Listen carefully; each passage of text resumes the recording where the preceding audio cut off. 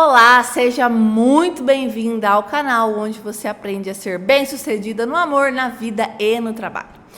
E hoje nós vamos falar como se tornar emocionalmente mais forte.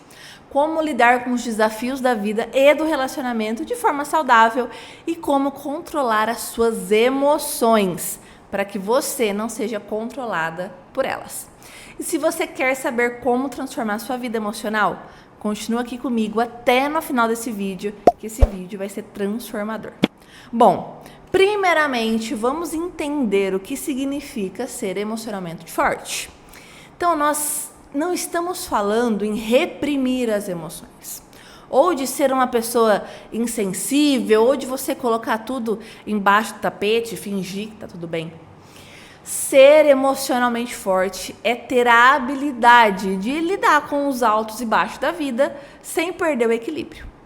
E saber expressar suas emoções de maneira saudável, sem deixar que elas governem as suas ações ou o seu dia a dia. Então, ser emocionalmente forte quer dizer ser capaz de enfrentar as adversidades com resiliência, sem ser destruída por essas emoções. E isso não é algo que a gente nasce ou aprende facilmente por aí, mas é algo que você pode e deve desenvolver ao longo do tempo, e é exatamente isso que este vídeo vai te ajudar. E eu já quero começar com tudo com uma técnica muito importante que eu uso muito em consultório, que é a técnica CDC. Larissa, o que é isso? É uma estratégia para você aprender a dominar os seus pensamentos. Sabe aqueles pensamentos ruminantes? Aqueles pensamentos chatos que ficam invadindo a sua cabeça? Quando você menos percebe, pum, você já está lá pensando naquilo de novo. Então essa técnica é justamente para você aprender a dominar e a lidar melhor com isso. Então, vamos lá. O primeiro C da nossa sigla significa cancelar. Então, ao perceber aquele pensamento intrusivo, aquele pensamento negativo, aquele pensamento que fica ruminando ali na sua cabeça, você vai cancelar ele ou interromper esse pensamento de uma forma intencional. Então, existem pessoas que gostam de algum gesto para isso, outras pessoas gostam de palavras específicas, algum comando. Você precisa de algum comando, como, por exemplo, dizer mentalmente pare, stop, chega, fim, enfim, algum comando. Ou, por exemplo, também imaginar um botão de cancelar, um botão de final que você pode apertar ali para que você crie uma barreira inicial para evitar que esse pensamento se aprofunde. Porque como aquela velha história nos diz, a gente não consegue interromper que esses pensamentos eles invadam a nossa mente, mas nós podemos interromper se nós iremos dar voz ou não para esses pensamentos. Então, quando o pensamento veio, inicialmente você vai cancelar esse pensamento. Então, você vai criar algo que faça sentido para você, como, por exemplo, dizer mentalmente pare, chega, você vai cancelar o pensamento. O passo 2, que é a letra D da nossa sigla, é você desafiar esse pensamento. Então, você vai analisar o pensamento de uma forma crítica, de uma forma mais verídica ali. Então, você pode se perguntar, esse pensamento, essa situação que eu estou aqui na minha mente, ela é um fato ou ela é um boato? Ela realmente aconteceu ou eu estou projetando o futuro? Eu estou imaginando o caos? Eu estou só sonhando com uma situação e sofrendo por antecedência? Porque geralmente nós estamos sofrendo por antecedência e não sofrendo por algo ou resolvendo um problema que de fato tenha acontecido. Então, analisa isso primeiro. Bom, isso aqui de fato é real, é concreto ou é um boato? Há evidências disso aqui? Ou me disseram? Separe o fato do boato. Fato realmente aconteceu. O boato é, me disseram que tal coisa. Olha, alguém me disse, me falaram. Isso aí tem que ser irrelevante na sua vida. Não pode te fazer sofrer. Você não pode permitir isso. Então, você vai desafiando. Porque a realidade, ela é soberana. Se eu não tenho um problema ainda, eu não tenho com o que me preocupar. Ah, Larissa, mas pode ser que aconteça. Bom, se acontecer, a gente tem um problema. Aí a gente vai lá e resolve. Caso contrário, ainda não é um problema. É só uma projeção, é só uma imaginação. É só você desperdiçando tempo, vida e energia com algo que sequer pode acontecer, sofrendo por antecedência. Então, a realidade é soberana. Aconteceu? Houve o problema? É uma realidade? Jesus. É uma realidade? Se não, você não pode se permitir sofrer por isso. Então, essa etapa te ajuda a desarmar a força do pensamento e colocar sobre uma perspectiva, uma ótica lógica real. Eu estou sofrendo por antecedência ou de fato é algo que aconteceu? Se é algo que aconteceu, a gente vai lá e resolve. Se não aconteceu, não se permita sofrer por isso. E a letra C da nossa sigla do CDC, da nossa técnica, é você se concentrar. Então, você vai direcionar, vai canalizar a sua atenção em algo positivo ou produtivo. Então, pode ser uma ação, pode ser uma frase motivacional, pode ser um versículo, pode ser uma pequena oração, pode ser uma música animada que você gosta, pode ser um vídeo motivacional, pode ser uma foto, enfim, algo que te dá uma sensação gostosa, positiva, prazerosa.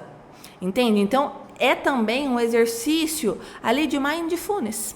Então, a ideia é você ir substituindo, né, no seu espaço mental ali, que antes estava ocupado por um pensamento ruminante, um pensamento intrusivo, negativo, por algo que vai te fortalecer.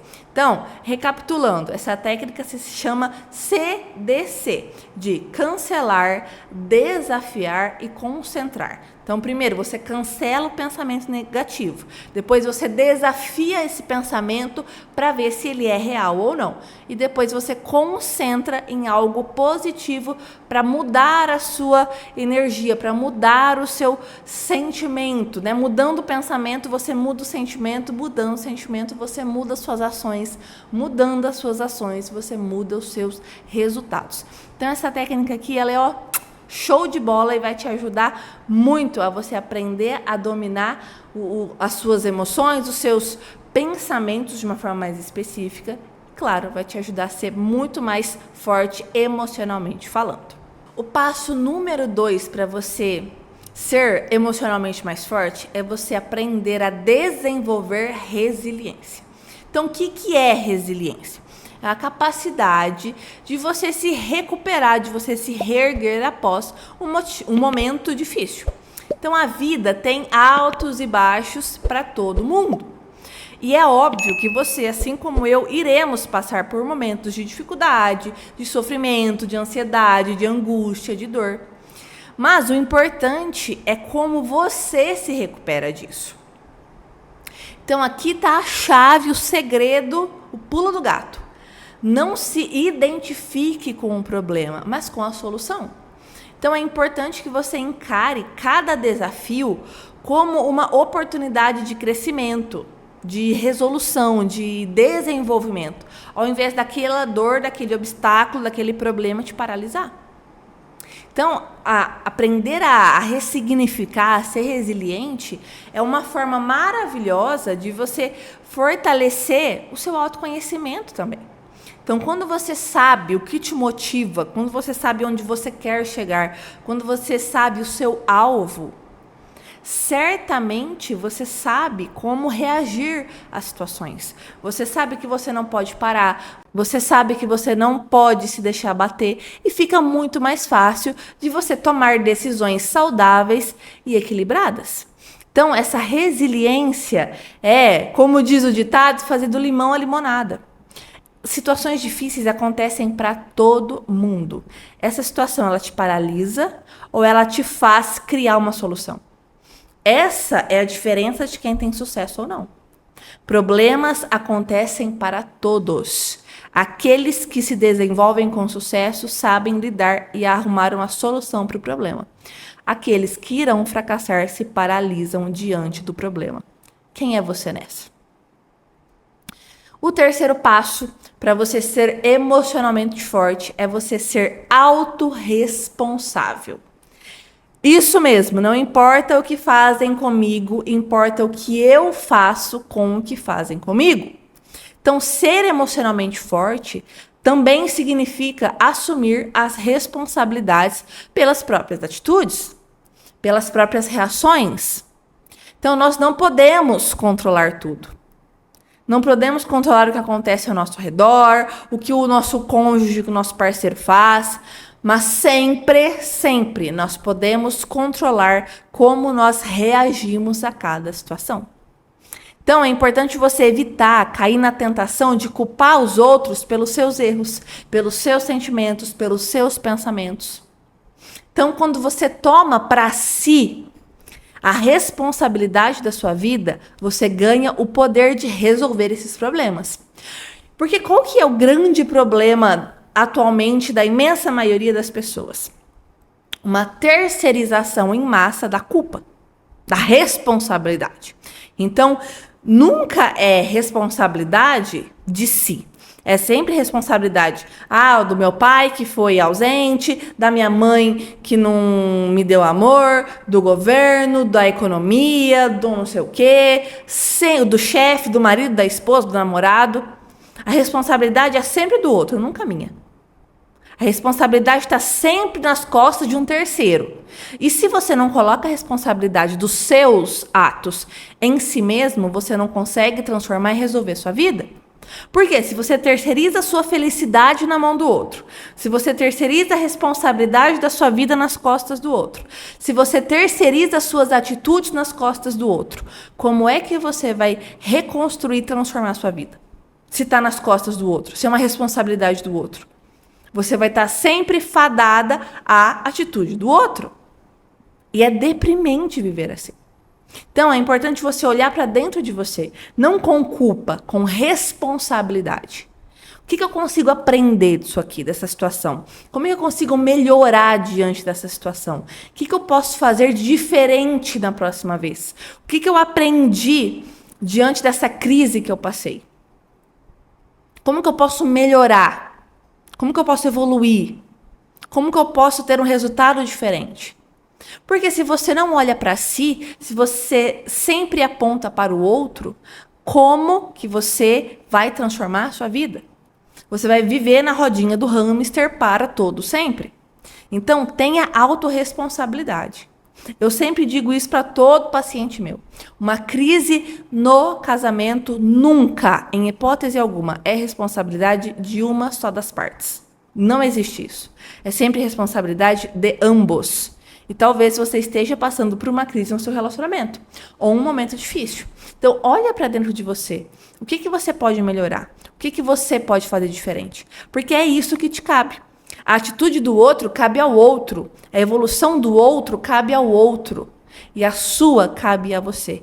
Pega isso para dentro de você, transforma a sua vida, restaura a sua vida, desenvolve o seu eu, que certamente a sua vida vai ser outra. Para que assim você consiga estabelecer limites saudáveis. Porque muitas pessoas não conseguem se impor, não conseguem se posicionar, não sabem dizer não, não conseguem pedir ajuda, têm um medo de desagradar, um medo de ser abandonado e vai aceitando tudo, aquele relacionamento tóxico, falido, por não saber dizer não, por não saber se impor.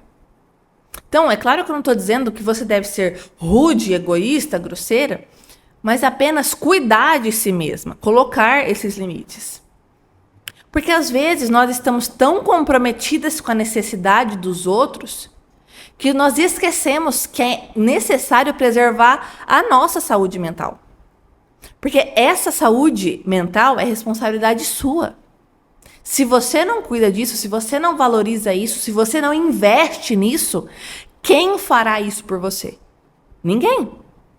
Então, quando você estabelece limites claros, você se protege da sobrecarga emocional, você respeita suas próprias necessidades Entenda que limites não são muros. Não são barreiras indisponíveis para o outro. Mas é uma forma de você se preservar, de você se cuidar, de você se respeitar, de você fazer com que o outro te respeite, respeite seu espaço, sem ser desagradável. Então coloca isso em prática. Vai estabelecendo esses limites que certamente vão transformar a sua vida e o seu relacionamento. E outro passo muito importante é você ir cultivando os pensamentos positivos, sabe? Aquela visão do copo meio cheio, meio vazio.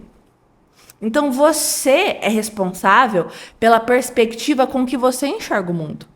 Se tudo para você é difícil, se tudo para você é uma dor, se tudo para você é motivo de reclamação, se nada dá certo para você, se você nunca tem planos bons, coisas boas, gratidão no seu peito, se você só foca no lado ruim da coisa, como que a sua vida vai ser transformada? Como que você vai vencer as dificuldades? Explica para mim. Porque é praticamente impossível. Então, você se sentir grata.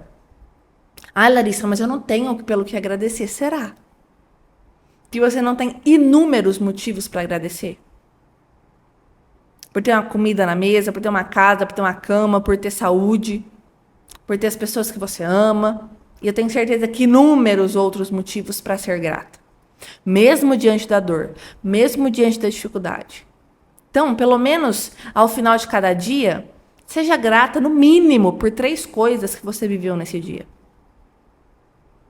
Consiga colocar na sua vida a lente de ver as coisas pelo lado bom.